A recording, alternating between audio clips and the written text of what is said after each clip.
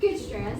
Anyway, so this is going to be a great presentation. This is,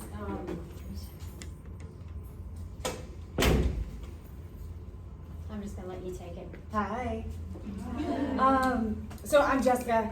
I have been a nurse since 2009. I started my career actually as a medic in the military. I was a medic for 3 years. They offered me the LPN program. I was like, okay, I'll go.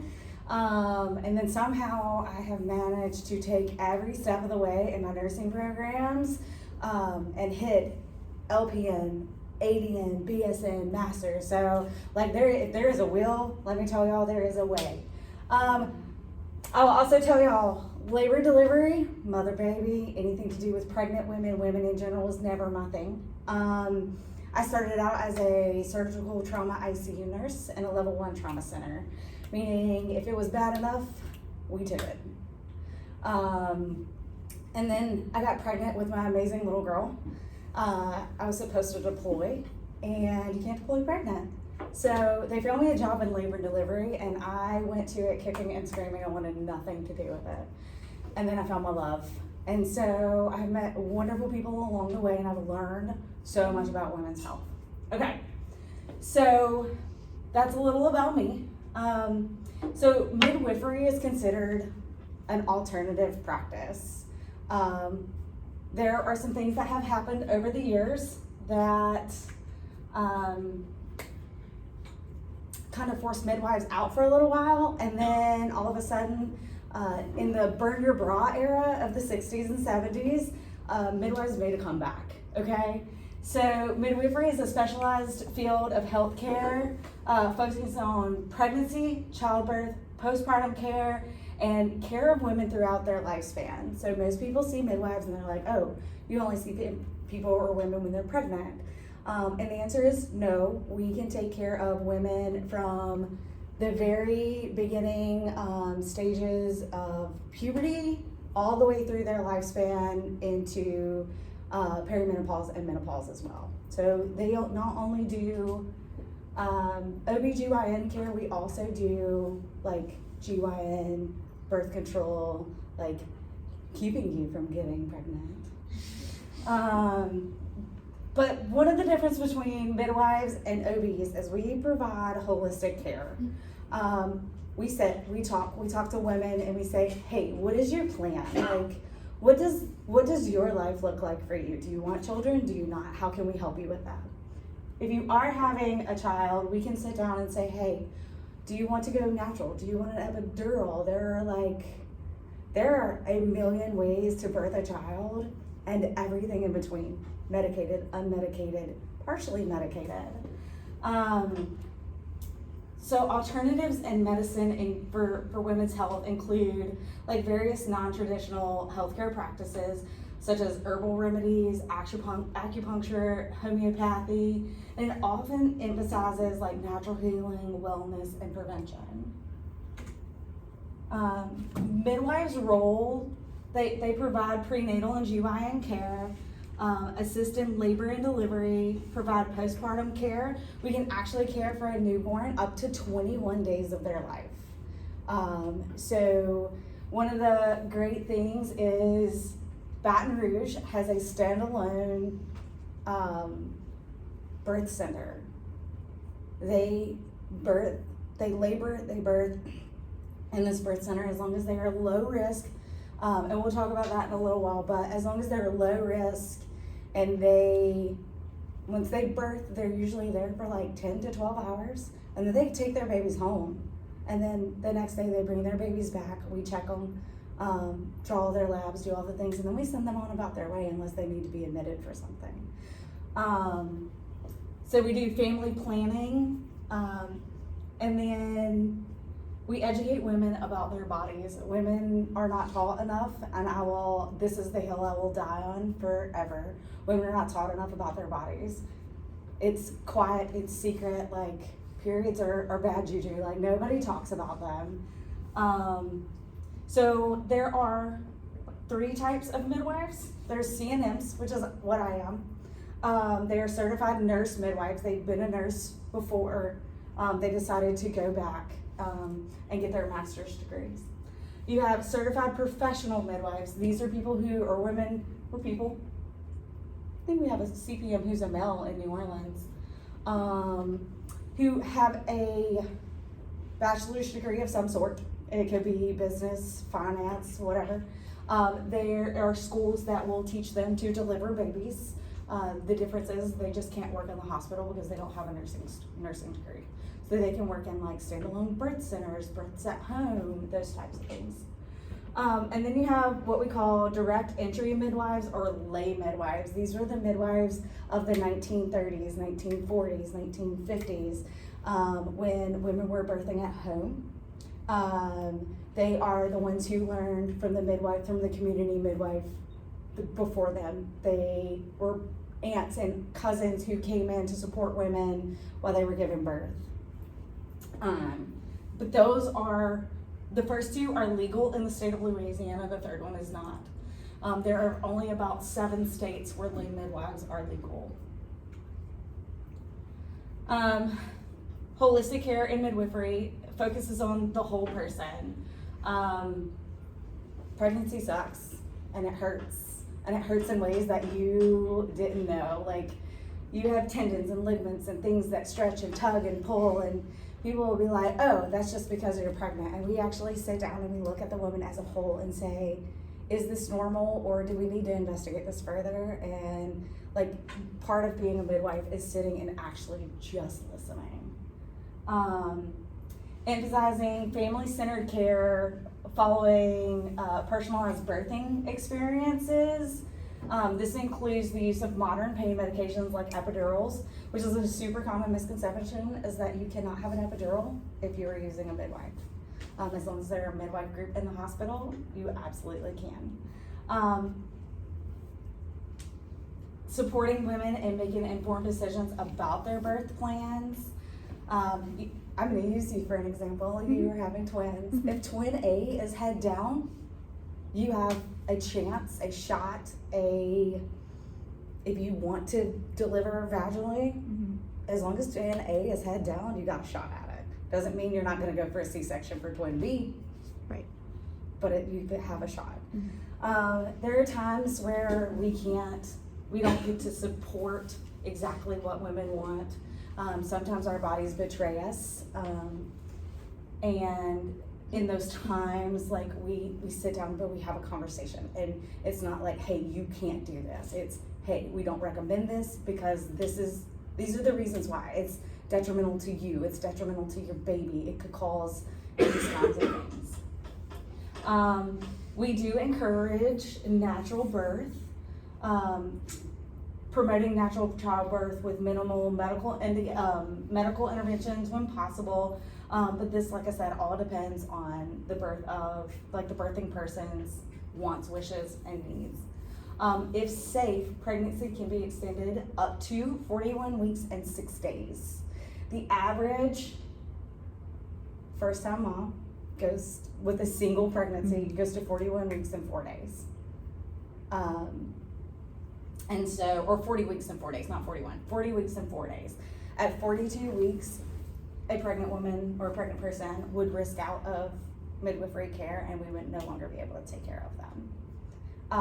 That is due to, as the placenta is an organ, it's actually an endocrine organ, it kind of gives up after like 42 weeks. It's not as effective. It's done its job and it's tired. So at 42 weeks, we send all of our pregnant women to an empty, but we have done everything we can to get that person to go into labor on their own or induce them. We do, midwives can induce, and we do quite frequently based on the birth person's wants and wishes.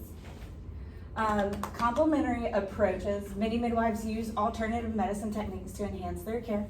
Herbal remedies, aromatherapy, massage therapy, and hydrotherapy are often utilized for comfort, relaxation, and pain management while in labor. I have walked into several rooms and it smells like the best. Like, I wish my whole house smelled like that. Whatever these women mix and use as their aromatherapy. I want it in my house on a daily basis. It is so calming. Common alternative practice used in midwifery is herbal medicine, used for issues like nausea. We use vitamin B6 for nausea. It's actually like at the tip top of what's recommended. We recommend labor preparation, like classes. This isn't just for the moms anymore, because like Lamaze was like moms and dads could be involved if they wanted to be, but there have been like several programs over the years that have come out so that dads are super involved in the process of giving birth. We also don't kick them out of the room anymore. It's not the 80s. They get to be there. They get to be part of it. I was part of a very beautiful birth the other day. We did hands over hands with dad. So dad actually got to be the first person to touch his child and deliver his baby. So postpartum recovery also includes mental health checks. Our sweet moms go through the ups and downs of hormones. Anybody who's met a pregnant lady is gonna say they're probably they will cry at the drop of the hat, or they will be laughing, or they will be mad one second and happy the next. Just because you give birth does not mean that those hormones go away. They actually intensify, and it can be a really, really dangerous time for that pregnant person, or postpartum person. We do encourage acupuncture and acupressure. On the flip side, to add to that, we encourage chiropractor care as long as they are like certified in a specific maneuver for pregnant women. It can help adjust the bones so that they spread and like naturally as possible, so that they're in alignment, so babies can actually come down through the birth canal. Massage therapy, places all over. They provide pregnancy massages, 10 out of 10 recommend. Mm-hmm. And then homeopathy. These are more like individualized treatments for pregnancy related conditions. Magnesium is one of the things that we recommend like a lot. For like gastric reflux, we recommend papaya seeds. So risk and considerations, safety concerns, not all alternative practices are safe during pregnancy, so it's essential for midwives to ensure any treatments used are evidence-based and safe. We do not treat men at all. I take that back. We do not treat men in most cases. The only time midwives can treat men is for STDs. So if their partner comes in and says, and we treat them for an STD, we can also send the medication for their partner to be treated as well, because we don't want it just flipping back and forth, right? Misunderstanding or lack of regulation. Some alternative practice lacks sufficient regulation, which could lead to misuse or misunderstanding of certain treatments. This is why lay midwives are no longer legal in Louisiana. But integrating with traditional medicine, it is important to integrate alternative treatments with conventional medical care when needed, particularly in high-risk pregnancies. These include gestational diabetics, GDMs, gestational hypertension, preeclampsia, and anything else that can come up, okay? Gestational diabetes can cause babies to be very large. You ever like see the news and they're like, they had these big 10, 13 pound linebacker babies, right? They're more than likely, every time I hear that, I'm like, oh, that poor woman probably was gestational diabetic. Preeclampsia has been researched now enough. It is not our fault as women. It is the sperm donor. It is now the male's problem. It is, well, at least we can blame it on them now. And it's been noticed that women who have children by different fathers may have preeclampsia in one pregnancy and not preeclampsia in the other, and that is what triggered those research. Preeclampsia can be dangerous. The second that it is uncontrolled, we don't recognize the signs and symptoms of it. It is why if you were ever pregnant or have ever been pregnant, your provider was like, hey, are you seeing spots? Are you swelling? Do you have a headache that won't go away? Those types of things. you just generally don't feel good, like worse than normal. If we don't catch this in time, it can flip. You can have a seizure, and that is what is called eclampsia. That is a medical emergency. It does not matter how far along you are, we are taking your baby, like you were going to a C-section immediately.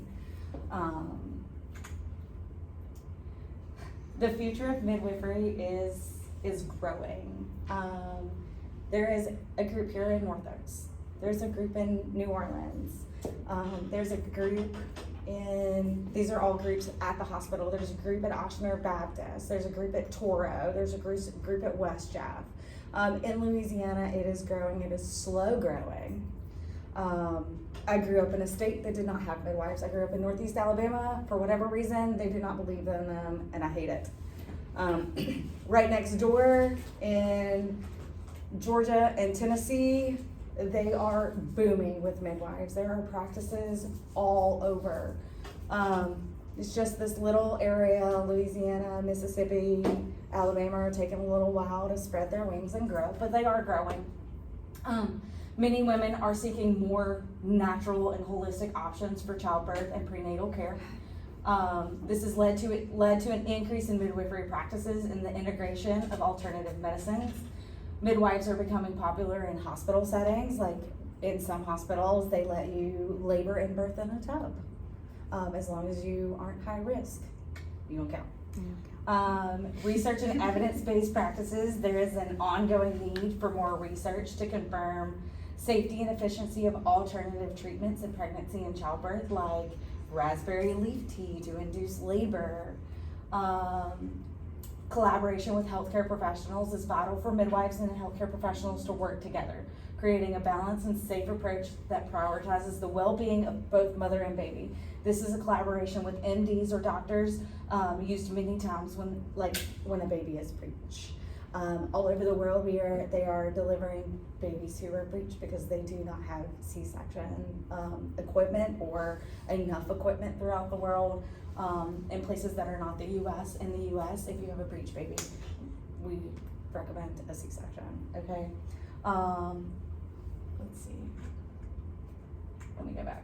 So, there is a practice called free birthing, where women or people are going out into the big bad world and birthing in oceans and lakes and rivers and out by the, I don't know, Joshua Tree in Arizona.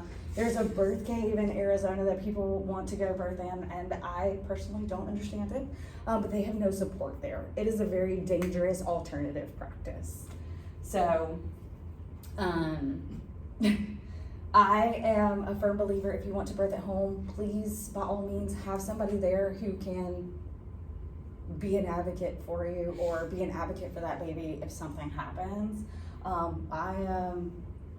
I am a modern midwife. I very much believe in birthing inside of the hospital, where if something happens, things are safe.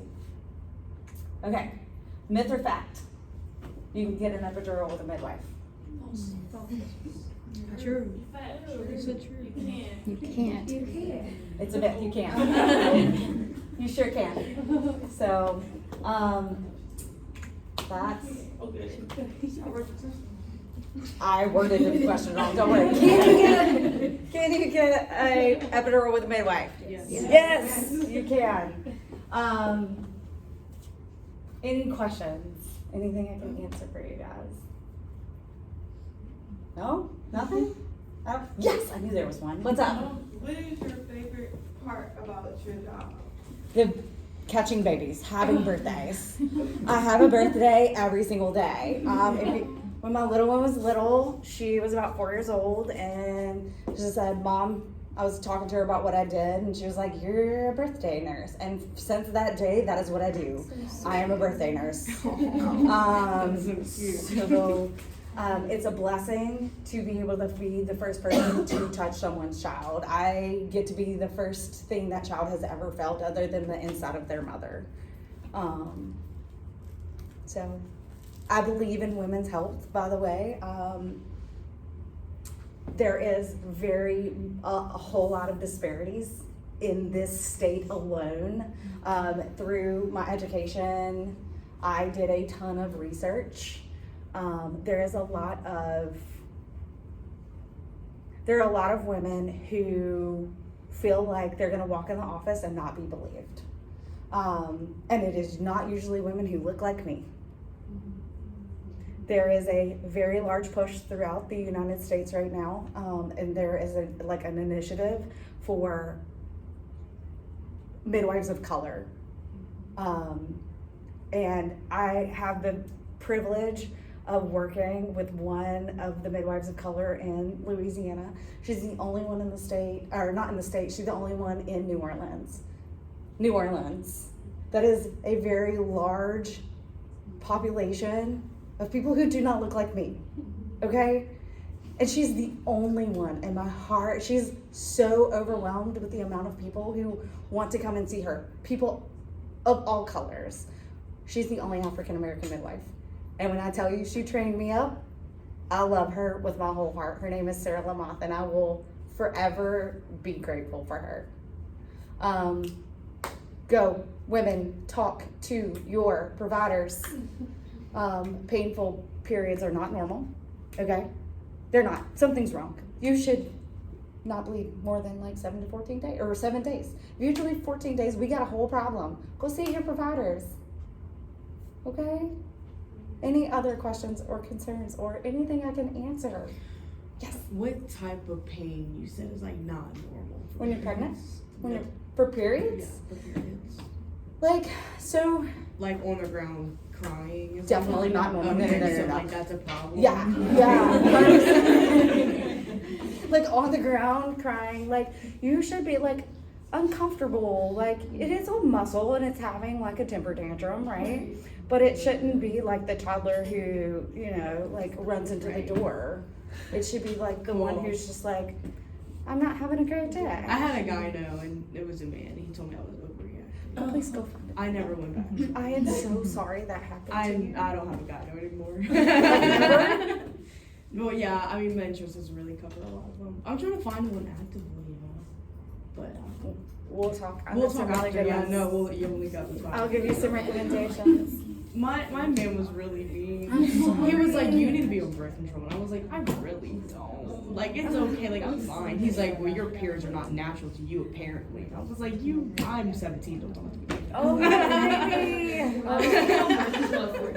He's like, you're over. Because they were so bad. No, birth control is a way to control them, right? We can stretch them out. We can make them not like as frequent, right? So like you can skip that last row, go straight into the next row, and it keeps you from having a cycle. Okay, I'm sorry. There are different ways. I'm not medical advice. 100% go talk to your provider and say, hey, what are alternatives for this? I've been on this since I was 14 years old. Like, this is not cool. I need alternative ways to take this, or something different, or big proponent of IUDs and Nexplanons and implants. And if I had not been running in here this morning, I promise you I would have brought all of my things. Actually, I think they're in the car. I just grabbed my bag and like with my car keys in them. So I can go get the IUDs and things. What you got, my babe? What is the best position to give birth in? Because I heard giving birth on your back is not a good way. I love this question. It's up to you. My sister's a nurse, and she told me, she was like, I will never give birth on my back. I will give birth either squatting on the bed or squatting like on the ground. Okay. She was like, I refuse to give birth on my back. I love that for her. I am a proponent of you can say what you want, but your baby's gonna come out. And what position works best for them. So the way we like babies to come out is them looking straight down at the floor. The way our pelvises are designed, they are designed for the coccyx to kind of lay down a little bit, baby to tuck their head to their chest, and then come under the pubic bone and lift their head out like this, right? Well, that's the plan. It's the easiest way. When they come out, what they call sunny side up, they come out looking straight up at the ceiling like this. They have nowhere to tuck to get under that bone, right? And so if squatting is what she wants to do and that baby is sunny side up and it's not coming, she's gonna have to try something else. I'm a proponent of switching things up, however that baby will move on the way out, on the way down. Sometimes like we say what we want to, but our babies really do control us from the time we get pregnant for the rest of our lives. I'm curious, for like when you have the epidural, can you walk, stand, can you feel anything? So a good epidural should make you numb from here down, but not dead leg. You should not have like pirate legs, right? Most of my women who have epidurals, they're able to turn in the bed and flip and flop and toss and turn. Some of them have good enough control of their legs that they can go to hands and knees on their own, even with their epidurals, and some of them are very dense. Some women have like legs that are like 80,000 pounds to them. And then that comes with a good medical team that moves you and helps your baby get where they need to be, because it is a journey. If our pelvises were straight down tubes, it would not take us 36 hours to push a baby out. They are not. It is actually shaped somewhat like an hourglass. You have a top opening that looks like this, a kind of skinny middle part, and then a wide bottom part that like this. So when babies come down, they come down into that wide opening, and then they have to turn and navigate, and then they have to come down, and then they have to turn and navigate again, and they have to navigate this pelvis the entire time they're on their descent. It's kind of part of it. So. What you said about like sperm being the reason for preeclampsia It is. and stuff, I've seen it all over TikTok and stuff, like how a man should like work out, like be healthy when you get pregnant or whatever. Like, what do you do to prevent them? Like, You can't. sperm. It's their fault. All done with Sunday, it's their fault. So there are some things always that men's have fault. shown to, it is all their fault. All I'm joking. There are some things that we can do. There's like, we can prescribe like an 81 milligram aspirin to help like control like what the blood pressures and stuff do. There are some risk factors that put you at risk. Young, socioeconomically like very low, like low on the socioeconomic ladder. Poor nutrition, unable to like get the essential things they need. Their trips to the doctor, transportation, those types of things. Those put people at risk, so much risk. I wrote a paper on how to make mobile clinics so that people in socioeconomic, like low standings, can still get where they need to get and get the healthcare that they need. And it is also a hill I want to die on. I just can't die on it here. What's up, babe? It's true if your pelvis is too small, you can't give birth vaginally. Like if the baby can't fit, Like, are we talking about like a 4-pound baby or a 10-pound baby? like normal size. Like baby. a normal 6 to Like- 7 pound baby? It Yeah. depends. So we produce this hormone called relaxin, right? Our pelvises have all of the cartilage. You have a very large piece of cartilage right here. Once we produce this relaxin, our bodies are like, we kind of turn into Gumby, okay? That's why like women are like, oh, my pregnant women are like, my knees gave out. Like, it doesn't just affect our pelvises, it like affects head to toe. They're like, oh, like I'm movable, right? And so your body's gonna tell you. It's more really about like how your pelvis is shaped, not how small you are. I watched a 110-pound woman birth a 10-pound baby.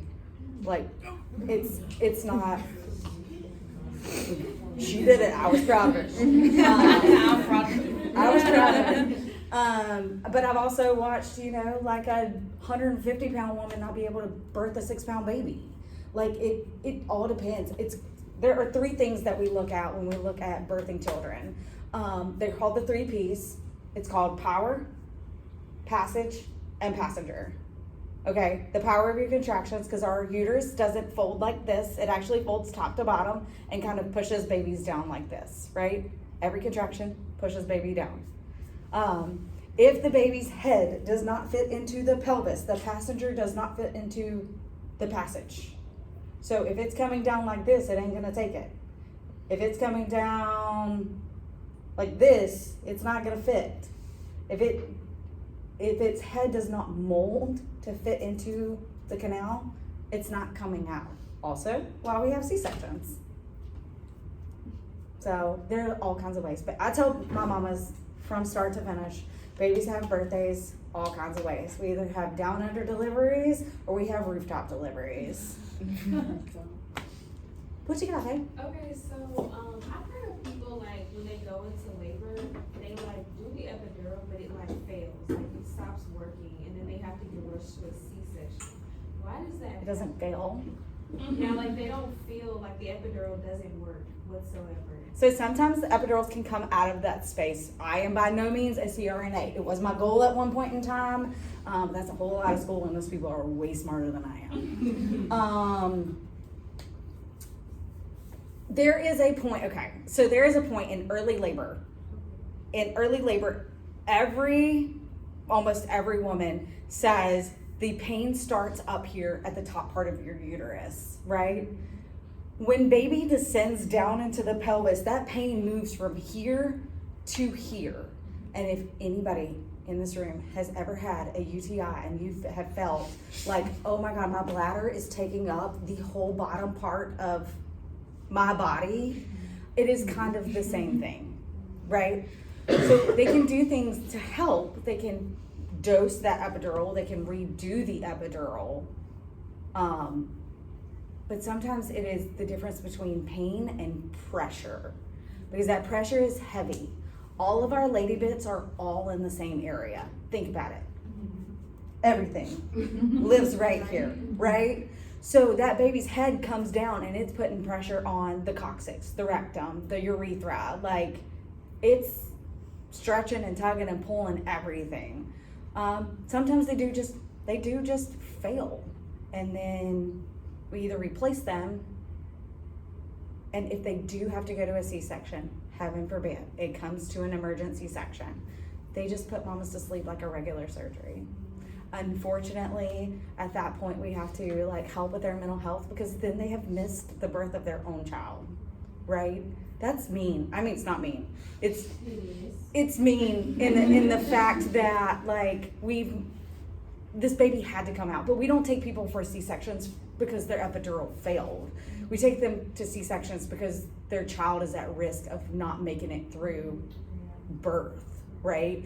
So there are things that our children show us in labor. That's why we watch, if you've ever been to a labor and delivery unit, friend, family, foe, we constantly stare at the baby strip. It'll be baby, mom's heart rate, and then contraction patterns. Babies tell us things that they do and do not like when they're in utero based off of those strips. And when babies drop their heart rates down, it's dangerous. We can live at 60, we can live at 100. Babies cannot. Babies are used to living between 110 and 150, 160. Like this is their happy area. If they drop below this, we got a whole problem if we can't convince them to get themselves back in their happy zone. So, do they fail? Yes. Do we rush them to C-section because they failed? No. It has something to do with that baby. I have one quick question. What you got? So in my case, I don't know whether they're gonna wanna like schedule a C-section or anything like that. But you said asleep. Are all C-sections asleep? Okay. Most of them are awake. Okay. They go in, they give you a shot in your back, they numb you from here down. And when I say numb, I mean like pirate dead legs. Okay. Like you gonna have baby giraffe legs for a hot minute. So that will be up to your children, your doctors, and you. Okay. How you plan to go. Like, but also your children have play a role in that. Are you same placenta? Yes. I know. Are you same placenta, same sac? Nope. Same placenta, different sacs? Yes. You got a good shot? The membrane was good too yesterday. You got a went good shot? yesterday. Yeah. No TTTS, so we're good. Yeah. Okay, if anybody doesn't know what TTTS is, it's twin-to-twin transfers. So when you have a baby, it's the reason that I was asking. You have a baby, when you have twins, you have 2 to 3 different types of twins. You have twins that have the same placenta and they share the same sac, and they run the risk of getting tangled up with each other, right? You have her twins, have the same placenta, 2 different sacs. They run the risk of, there's a little artery or vein in here that can fuse together, and then one twin can steal more blood from, like, twin A or B, pick one, whichever one, will steal the blood from the other one. And then this one gets all skinny and not feeling good and looks terrible. And then this one's all overloaded. So, like, neither one of them are happy. And that is a trip to, usually from here, it's to Houston, and they will go in and do an ablation. They will make they'll cut that little supply off, and then they go back to living their own best lives with their same placenta and their same sacs. And then you have the ones that have, each one has their own placenta and their own sac. And those are good. Those are fun. And those are the happiest. And mine are just those are like- called die twins. And those are my favorite types of twins. Those are everyone's favorite. Those are everyone's favorite. And mono-die twins are not bad, but mono twins are very scary twins. They thought mine was at first, and I was like spiraling. I was like, turn this that is off and then tell you the story. okay. You want me to turn it off now? Okay.